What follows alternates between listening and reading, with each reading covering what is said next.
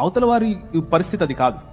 అవతల వారి పరిస్థితి ఏమిటి అని అంటే, ఎవరైతే దేవుళ్ళుగా, ఎవరైతే దేవతలుగా తమను తాము ఆ పుస్తకాలలో ప్రకటించుకున్నారో వారు మిగిలిన వారిని మోసముతోనూ, సెక్షువల్ అల్యూర్మెంట్ అంటే లైంగిక ఆకర్షణతోనూ, వయలెన్స్ తోనూ, రేప్ తోనూ, స్వయంగా పిల్లలను సొంత పిల్లలతో శారీరకేచ్ఛలు తీర్చుకోవటంతోనూ దేవుళ్ళు ఆ పని చేసినట్లుగా వారి పుస్తకాలు చెప్తున్నాయి.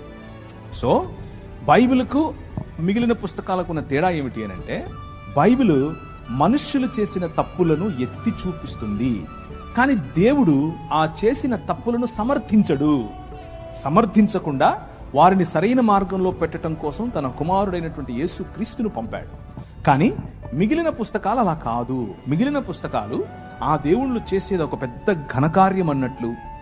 ఒక ఆయన 16,000 మంది అయితే, ఇంకొక ఆయన 3 అంటే, ఇంకొక ఆయన 10 మంది అంటే, ఇంకొక ఆమె 5 మంది మొగుళ్ళు వేసుకుంటే ఇవన్నీ తిరుగుతూ ఉంటారు. ఇది అప్రూవ్డ్ బై గాడ్. వాళ్ళకి ఇది సనాతన ధర్మం అంటే ఇదే అని చెప్తారు. అది సమస్య. అక్కడికి ఇక్కడికి తేడా కనిపిస్తుందా? ఇది తప్పు అని బైబిల్ చెప్తుంది, అలా చెయ్యొద్దు అని బైబిల్ చెప్తుంది. సనాతన ధర్మం అంటేనే ఇది అని ఇది చెప్తుంది.